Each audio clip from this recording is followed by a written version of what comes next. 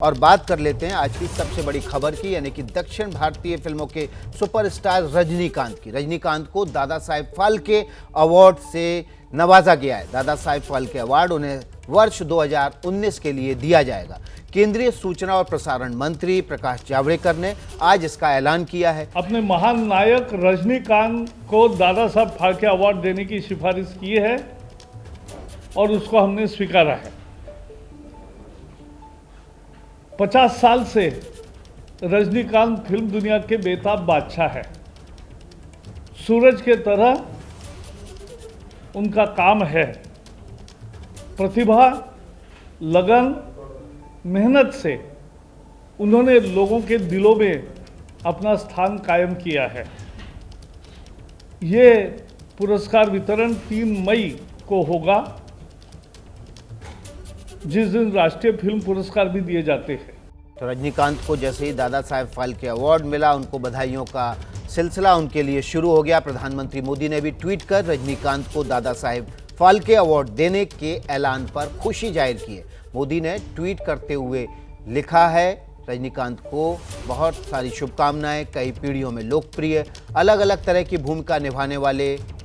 आगे प्रधानमंत्री नरेंद्र मोदी ट्वीट में लिखते हैं, कई पीढ़ियों में लोकप्रिय, अलग अलग भूमिका निभाने वाले और प्यारी शख्सियत, ऐसे ही श्री रजनीकांत जी को ढेरों शुभकामनाएं। नरेंद्र मोदी प्रधानमंत्री की तरफ से ये ट्वीट आया। ये बेहद खुशी की बात है कि थलैवा को दादा साहेब फाल्के पुरस्कार मिला है। प्रधानमंत्री नरेंद्र मोदी ने इस ट्वीट में आगे खुशी जाहिर करते हुए लिखा है, कई पीढ़ियों में लोकप्रिय, अलग अलग तरह की भूमिका निभाने वाले, ऐसी प्यारी शख्सियत, ऐसे श्री रजनीकांत जी। ये बेहद खुशी की बात है कि थलैवा को दादा साहेब फाल्के पुरस्कार मिला है। प्रधानमंत्री ने भी रजनीकांत को बधाई दी है और इसी बीच मनोज तिवारी ने भी अपना बधाई संदेश थलैवा के लिए दिया है। सुना देते हैं आपको मनोज तिवारी ने क्या कहा। बहुत खुशी की बात है कि हमारे देश के एक ऐसे अभिनेता जिन्होंने अपने तमिल लैंग्वेज में फिल्म करके तो डंका बजाया ही, हिंदी फिल्म भी किया तो पूरे देश में, पूरी दुनिया में उसका डंका बजता रहा उनके अभिनय का। ऐसे रजनीकांत सर को आज राष्ट्रीय दादा साहब फाल्के पुरस्कार दिया गया है, घोषणा हुई है। इससे ज्यादा खुशी की बात और कुछ नहीं हो सकती कि रजनीकांत सर को दादा साहब फाल्के मिले। I am so happy. 51वां पुरस्कार है दादा साहेब फाल्के पुरस्कार, जो रजनीकांत को दिया गया है। 1969 में इसकी शुरुआत हुई थी। पहला पुरस्कार देविका रानी को दिया गया था और दादा साहेब फाल्के जो अवार्ड है वो दादा साहेब के नाम पर दिया जाता है, जिन्हें फिल्म इंडस्ट्री का पितामह कहा जाता है। हमारे साथ तमाम मेहमान भी जुड़ गए हैं। हमारे साथ सीनियर एंकर देवांग हैं और जनसत्ता मुंबई के पूर्व संपादक प्रदीप सिंह जी हैं। सबसे पहले देवांग का रुख कर लेते हैं। देवांग, इस तरह चुनाव से पहले इस तरह की घोषणाएं करना, चुनावी इसमें लाभ मिल पाता है? देखिए, एक तरीके से संदेश तो जाता ही है और लोगों में एक तरह से संदेश और लोगों में खुशी और जो आपके जो वर्कर्स हैं उनको एक थोड़े से पंख तो लगते ही हैं ऐसी खबरों से। मुझको लगता है ऐसी खबरों से बचा जा सकता था और बहुत पास है चुनाव के, लेकिन ये फैसला हुआ है। रजनीकांत डिज़र्व ज़रूर करते हैं। इसमें ये भी हो जाता है कि थोड़ी जो पुरस्कार है उसकी गरिमा भी थोड़ी कम होती है। लोग कहेंगे भाई चुनाव था तब आपको मिला, पर रजनीकांत आप देखिए तो मराठी परिवार से हैं, बंगलौर में पले बढ़े और बेंगलोर की जो ट्रांसपोर्ट सर्विस है उसमें कंडक्टर की भूमिका थे। सीबीएसई में एक पाठ भी लगा हुआ है। ये पहले एक्टर हैं शायद जिनके बारे में बच्चे पढ़ते हैं किस तरह से कंडक्टर से वो सुपरस्टार बने।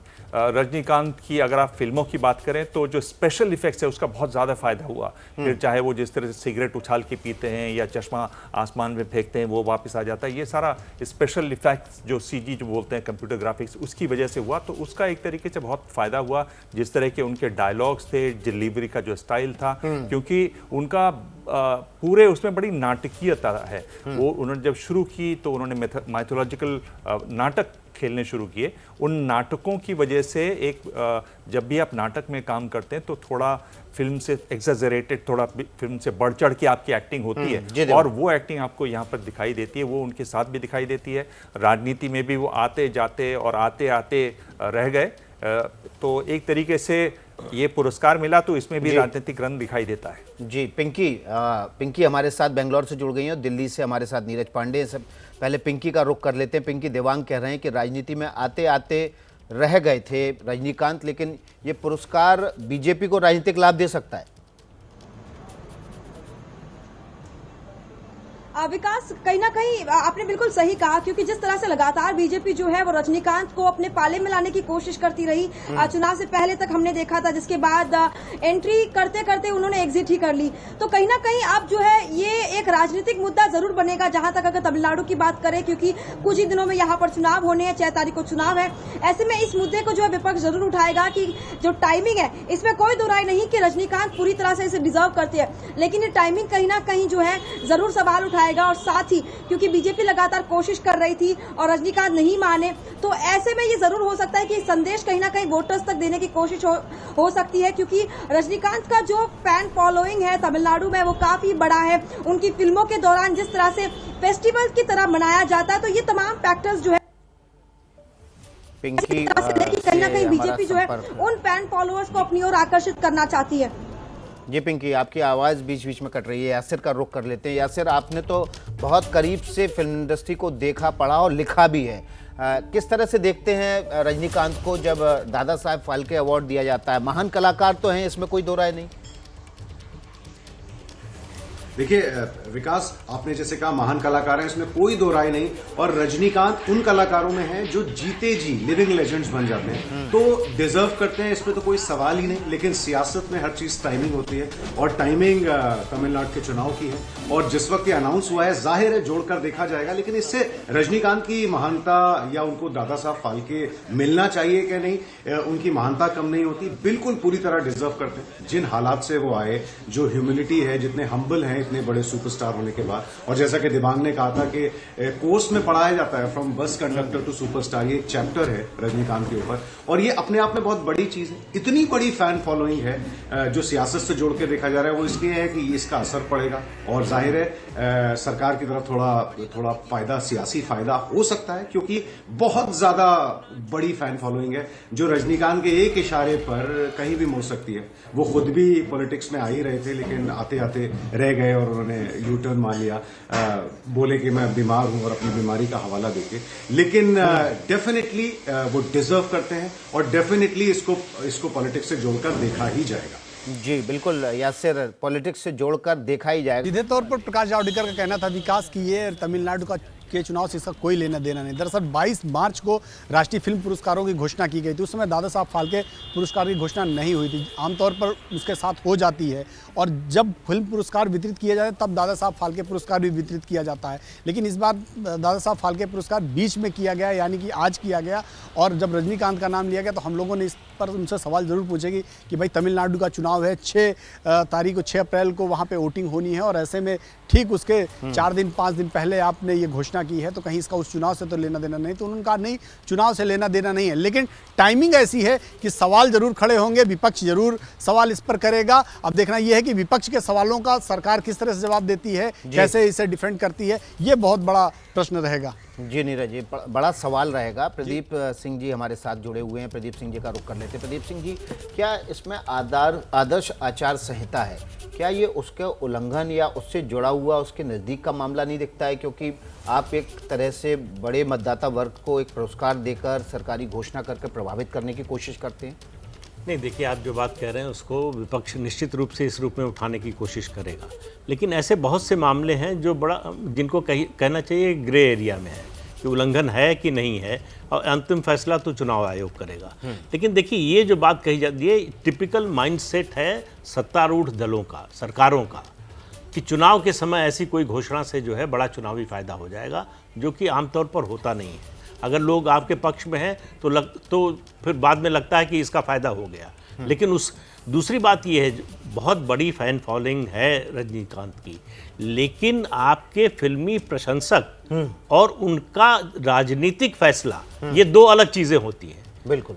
रजनीकांत इतने समय तक राजनीति में नहीं आए, टालते रहे और आखिर में स्वास्थ्य के कारण से नहीं आए। उसका एक बड़ा कारण था कि उनकी जो फैन फॉलोइंग है वो उनके वर्कर में या उनके राजनीतिक समर्थन में तब्दील हो जाएगी, ऐसी उम्मीद नहीं थी। उन्होंने जो अपना उनका फीडबैक था, दूसरे लोगों का भी एक मिथक बना हुआ है कि तमिलनाडु में, दक्षिण में खासतौर से तमिलनाडु में जो फिल्म स्टार हैं बड़े, वो राजनीति में बहुत सफल होते हैं। लोग इस बात को भूल जाते हैं कि जो लोग सफल हुए वो द्रविड़ आंदोलन से जुड़े हुए लोग थे।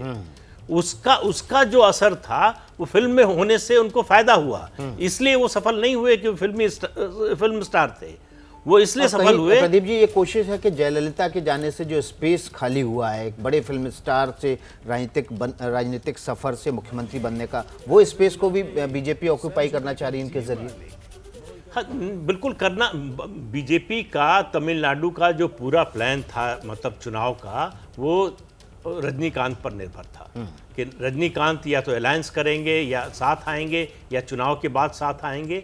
लेकिन रजनीकांत ने जो असेस किया, मतलब अपना राजनीतिक जनाधार कहें या राजनीतिक उनका जो भविष्य था, उससे उनको लगा कि ये होने वाला नहीं है। और फिर उनकी उम्र और उनका स्वास्थ्य, ये दो चीज़ें और उनके खिलाफ चली गई।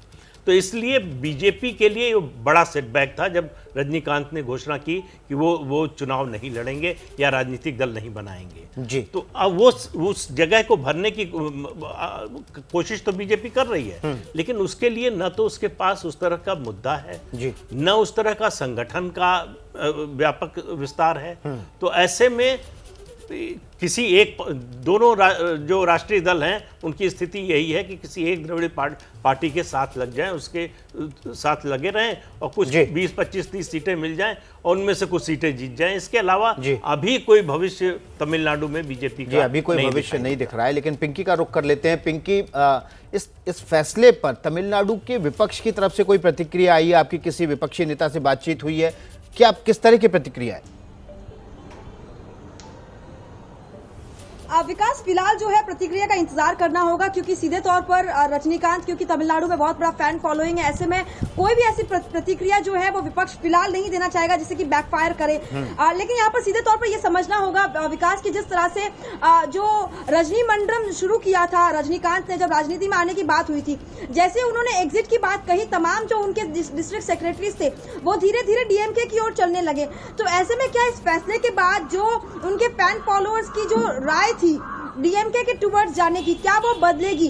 तो इसके कई राजनीतिक मायने जो है वो जरूर देखे जा सकते हैं। और यही कारण है कि टाइमिंग को लेकर खासतौर पर सवाल इसलिए भी उठेंगे कि क्योंकि रजनीकांत को लगातार बीजेपी जो है वो अपने पाले में लाने की कोशिश कर रही थी। उनके तमाम फैन फॉलोअर्स और जो रजनी मंडलम के साथ जुड़े हुए थे वो धीरे धीरे डीएमके की तरफ जाने लगे थे। तो क्या अब चुनाव से बिल्कुल ठीक पहले क्या किसी तरह का जो पाला बदल हो पाएगा? ये तमाम चीजें जो फिलहाल कुछ दिनों में देखने वाली बात होगी और फिलहाल हमें इंतजार करना होगा कि विपक्ष की ओर से खासतौर पर क्या क्या रिएक्शन आते हैं। जी विकास। जी पिंकी, बिल्कुल विपक्ष की क्या प्रतिक्रिया होती है इसका इंतजार रहेगा। बहुत बहुत शुक्रिया पिंकी, यासिर और नीरज पांडे आपका हमारे साथ। प्रदीप सिंह जी और देवांग बने रहेंगे। अभी